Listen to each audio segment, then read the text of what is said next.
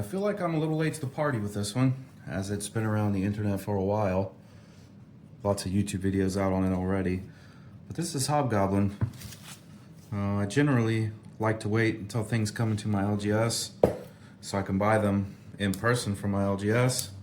And I just got this one, so I had to go pick it up.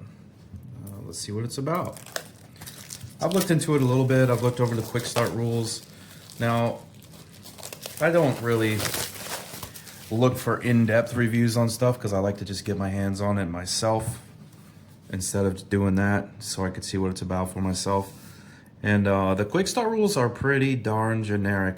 I love rank and file games. I play a lot of one-page rules. I have, you know, Argatoria and Conquest and A Song of Ice and Fire. Way back in the day, I used to play a lot of Warhammer Fantasy Battles. I'm a big fan of rank and file games. But this one, I'm not sure. We'll see. I mean, with a cover like that, you kind of have to buy it, right? But the units look pretty generic, and that's not necessarily a bad thing. But I am super interested to see if there are any like faction-specific, army-specific rules or anything like that to give it a little more flavor than you see in the quick start rules. This has the round structure, the magic, shooting, movement, fortune cards. I am interested in these two. I grabbed these fortune cards. I really don't know anything about how these work, so we will find that out together. Building an army. So it does have allegiances, but that's under wizards. Maybe that just affects your spells. Or maybe those are factions. I don't know. We'll see. I feel like that's probably just spells. There's narrative scenarios, team play, solo play. That's interesting. I'm gonna have to do some of that. I don't know. I've specifically bought games before just because they allow solo play or they include rules for solo play, but then I never actually sit down and play them. I have Escape for Stalingrad Z. I have like everything for it, and I've never actually sit down to play it. Brutal old school fantasy war game. See, I like the sound of that. Units throw 10 dice when attacking in close combat and 5 when shooting. The whole Doom mechanic is interesting. It's army-wide fear, basically.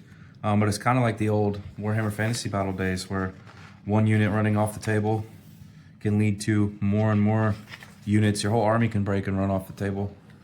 Well, this is a pretty nice book. This some nice artwork in here. So they do have... Well, this is just describing the world.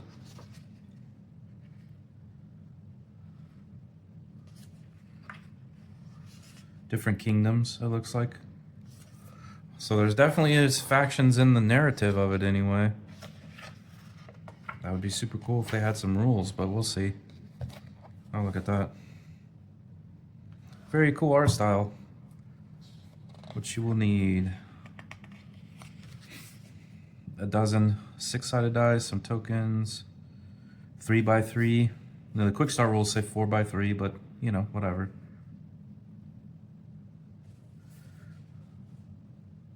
It says they play on 4x6s.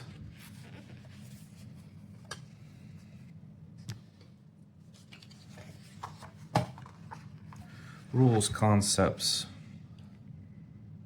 Dice can be rolled multiple times, okay. A 6 is always a hit, a 1 is always a miss. You can pre-measure at any time. Units are always in range, in line of sight themselves. That makes sense. Oh, that makes sense. Everything in Hobgoblin is constantly barreling towards bloody carnage and grisly death. If a rules interaction is ever unclear, choose whichever option results in the most carnage for all concerned. So, you know, I appreciate the sentiment on that. I mean, it sounds good. I gotta admit, in play, I don't super love that. That does nothing to clear up rules arguments, in my opinion. But, you know, we'll see. A D66, that's interesting.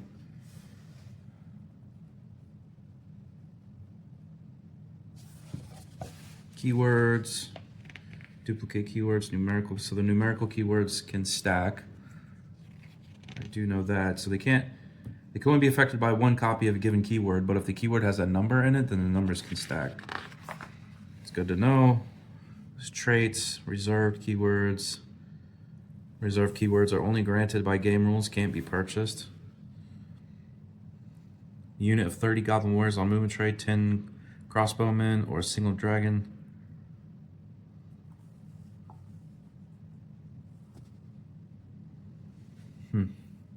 So from the, well, maybe I'll talk about this in footprint. Yeah, so wide footprints, narrow footprints. This is so the max width on a, I guess depends on your footprint, 100 to 200 millimeters, 40 to 100, 150 to 200, and then a min-max depth. So I guess it really doesn't even matter what scale you play this game at. It's just you need, as long as your footprints or frontages, as is we call them sometimes in these kinds of games, is the width of your base, the size of your base, as long as it fits what it's supposed to, then I guess it doesn't really matter what the heck kind of units, what models you use. That's cool.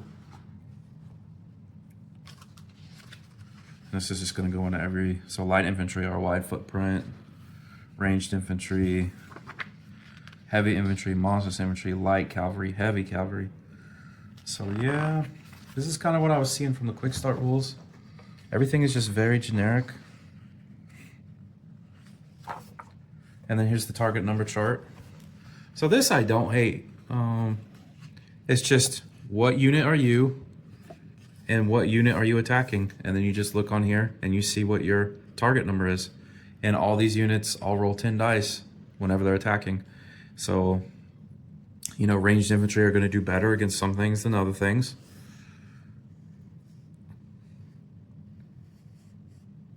Yeah, I don't hate that. It definitely simplifies things and speeds things up. Armored Clash is kind of like that too. It abstracts the weapons and all too in a bit. It just, what's your unit that's attacking and what are they attacking? And that's how many dice you roll.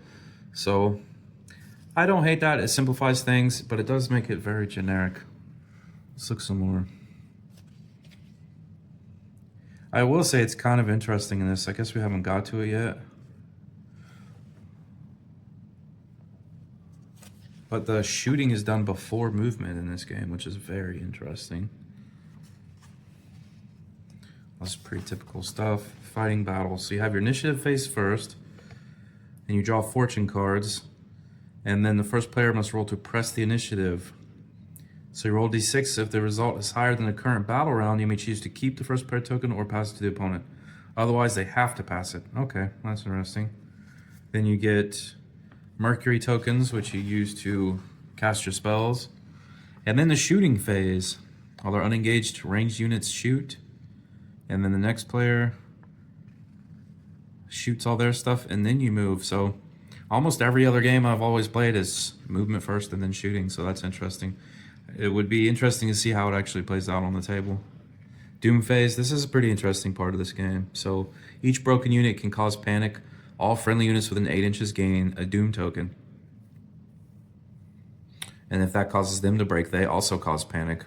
So it can really explode and just spread throughout your whole army. I like that, actually. It's just another way that you can play the game.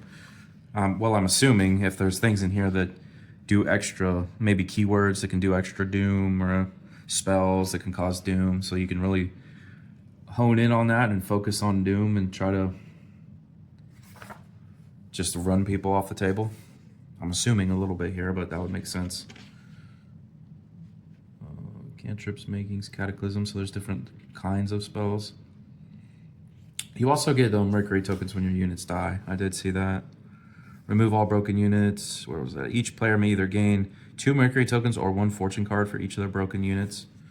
So other than that, I think normally you just get 1 Mercury token a turn. So that's how you would get up to 6 Mercury tokens to be spinning, to be casting spells like that.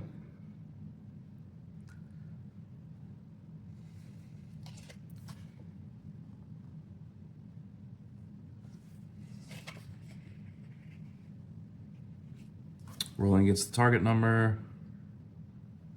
Equals or beats. Yeah, pretty standard. 6 always a hit, 1 always a miss. I gotta say, I don't mind the 6 always a hit, but 1 always a miss feels real bad.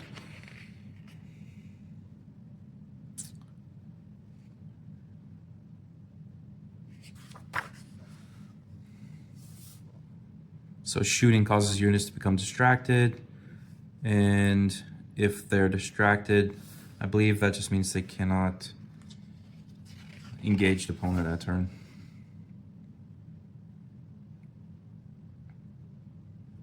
So some units can shoot into combat, that's interesting. Don't see that often in games.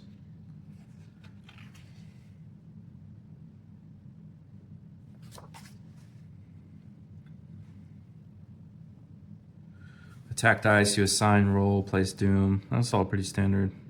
Yeah, so if you're engaged with multiple units, you have to put at least 3 attack dice to each unit, if at all possible. But you can assign more than that.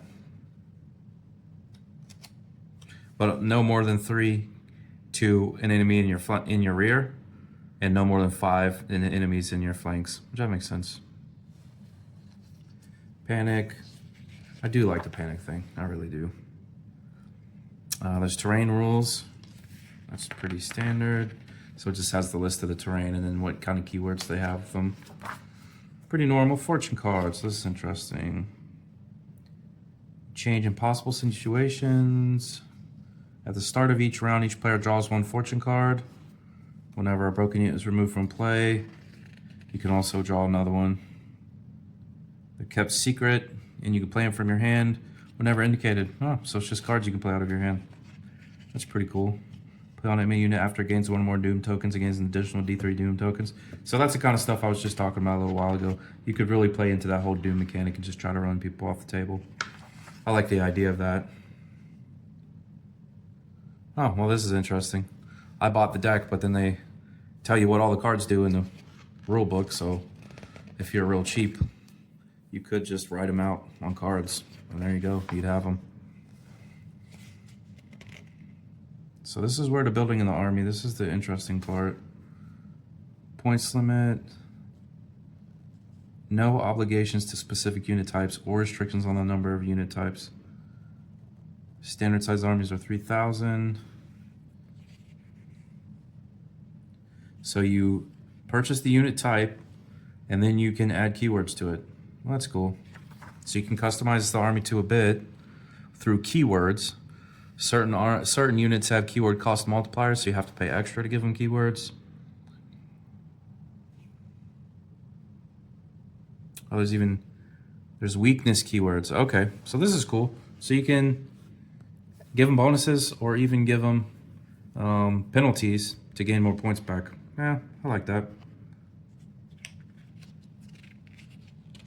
You have to give 1 unit the general keyword.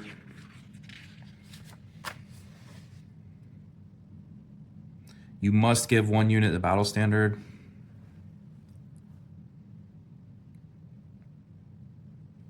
So in order to use magic, you have to purchase a wizard keyword on one of your units. Abyssal Allegiance. So each wizard has to select a wizard Abyssal Allegiance. This is the draw they get their knowledge from, the god they draw their knowledge from. The wizard knows and may cast all 3 spells from the allegiance. Yep. So the Abyssal Allegiances are just spells. I mean, that gives you a little bit of flavor, right? Based on your allegiance. I guess if you can't have faction-specific stuff, at least you have allegiance stuff. Cursed artifacts, that's cool. When creating your army, you may choose to give the unit containing your general a powerful artifact. So, magic weapon on your general. Makes sense. And then it goes to setting up a battle. Yeah, so there really is no like faction flavor. I don't know. That doesn't necessarily mean bad. It just makes it pretty generic. It is kind of open-ended in the army building, though. The fact that you can, all the different keywords they have, plus the fact that you can give penalties to your units in order to pick up more points to use in other places. That's pretty cool. I like that. So although there's no specific factions with their specific units, you can still have quite a lot of flavor in your build. I mean, I would be afraid of, I don't know, I suppose there's going to be people out there who, you know, quote unquote break the game to figure out what the best combinations are, and then you never see anything beyond that. Of course, that's nothing new in gaming. Team games, so I have narrative scenarios, team games, solo play.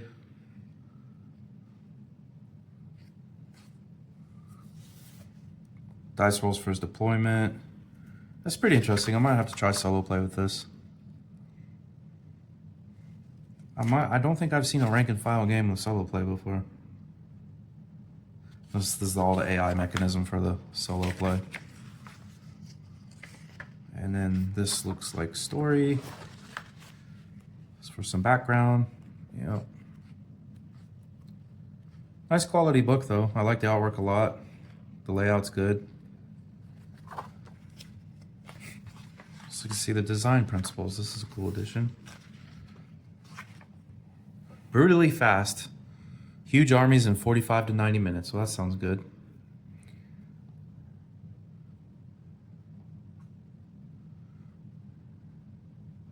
Yeah. It does say something about the models before. It says doesn't matter what kind of bases they're on if you just throw them on a movement tray. And I guess that makes a lot of sense. Again, the movement trays just have to fit into their size as they laid out. It doesn't really matter what your models are. Freedom and simplicity, like that. Big fan of one-page rules for that exact reason.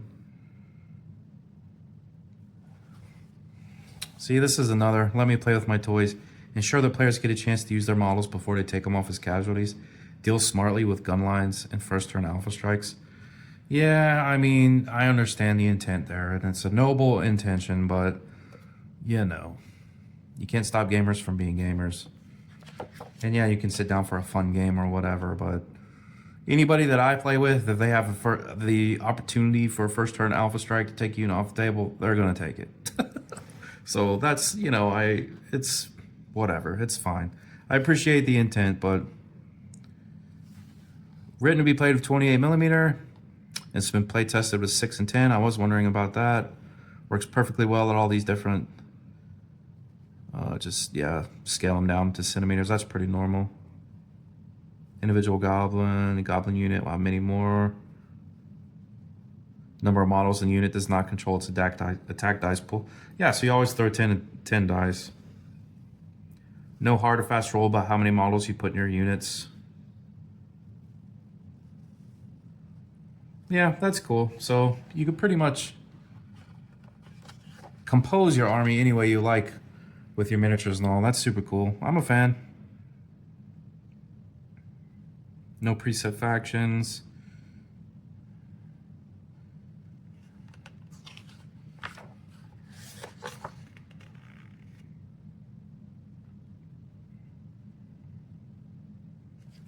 Oh, this is all just designer notes. I mean, this is pretty interesting stuff. You usually don't see that level of detail in designer notes in books. So that's pretty cool. This video's gone on quite a bit longer than I thought it would have, honestly. Shows index of keywords. Here. I had some technical difficulties here, but I thought I would just show some pictures of the tables and references in the back. Very useful stuff. Get some token sheets. On the very back page of the book is a QR code that goes to the army builder, which works well. I tried that one out earlier.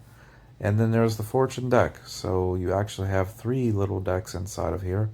One is the abyssal deck. It's just references for your spells dependent on your abyssal. Then there's scenario deck, quick references for your scenarios. And then the fortune deck itself, all the cards that you can play. And then some just quick reference cards on turn structure and stuff like that. I think the keywords are a saving grace in the game. I kind of miss the flavor that you get from having separate factions. But I do think it's cool with especially the negative keywords, so you can get some points back to boost up different units with other keywords. It's pretty neat, pretty sandboxy for building whatever kind of units you really want. I also like that it's scale agnostic and You can use whatever miniatures you want, at whatever scale you want, with whatever bases you want, as long as you have them on the right size movement trays. So that's pretty cool. I can't wait to get to the table and try it out. And yeah, go check it out. Hobgoblin from Electi Studios.